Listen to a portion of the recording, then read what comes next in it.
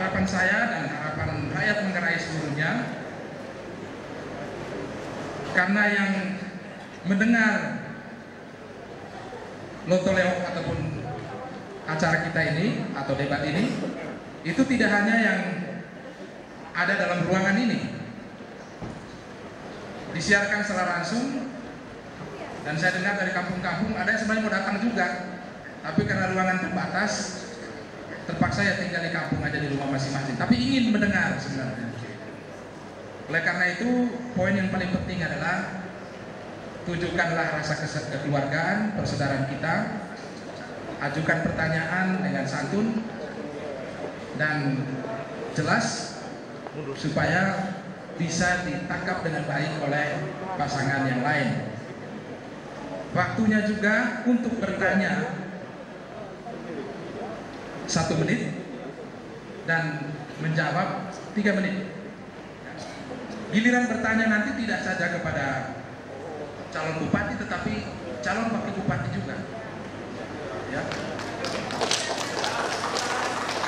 Siapa tahu untuk pemilihan berikutnya calon bupati kan gitu kira-kira.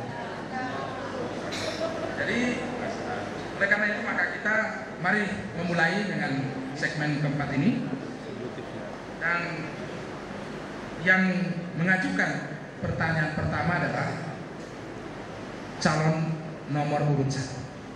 Jadi saya persilahkan kepada Pak Kamedus untuk mengajukan pertanyaan kepada Pak Heri. Waktunya 1 menit kira-kira. Berdasarkan hasil penelitian saya, bekerja sama dengan Ristek, salah satu hal yang membuat petani di Nusa Tenggara Timur miskin karena struktur pasar monopsoni. Monopsoni itu satu pedagang banyak penjual, dan oligopsoni banyak penjual 2-3 orang yang beli, sehingga demikian mereka yang menentukan harga. Bukan karena SP3, karena SP3 kopi itu hanya Rp100 per kilo, Rp100 per kilo. Bagaimana pandangan saudara untuk kemudian bisa memperbaiki struktur pasar seperti ini, sehingga kita menghasilkan sebuah struktur pasar yang menguntungkan rakyat? Ini menjawab. Baik, 3 menit. dalam kajian kami masalah pokok perkebunan, tanaman perkebunan kita, pertama produktivitas yang rendah, yang kedua kualitas hasil yang rendah, kemudian baru masuk yang ketiga posisi tawar petani yang rendah. Tiga hal ini yang menyebabkan harga rendah. Kalau harga rendah, masyarakat tidak sejahtera. Produktivitas rendah dan kualitas hasil yang rendah itu tanggung jawab siapa? Tanggung jawab pemerintah.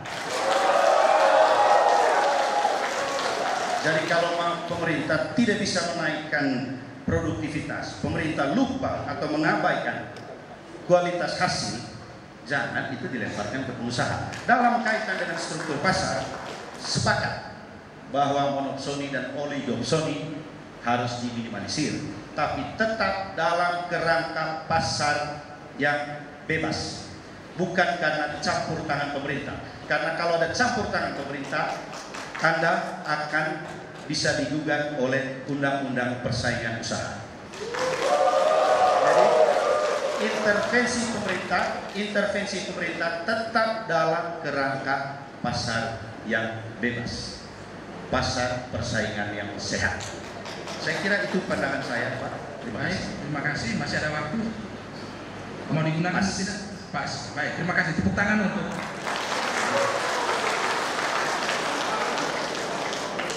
karena jadi saya persilakan.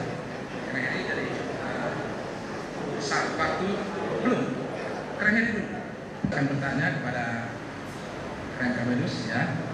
Ya baik, terima kasih banyak. Pertanyaan saya, mana strategi pemberantasan kemiskinan Bapak? Terima kasih banyak. Strategi pemberantasan kemiskinan dalam 5 tahun ke depan. Terima kasih.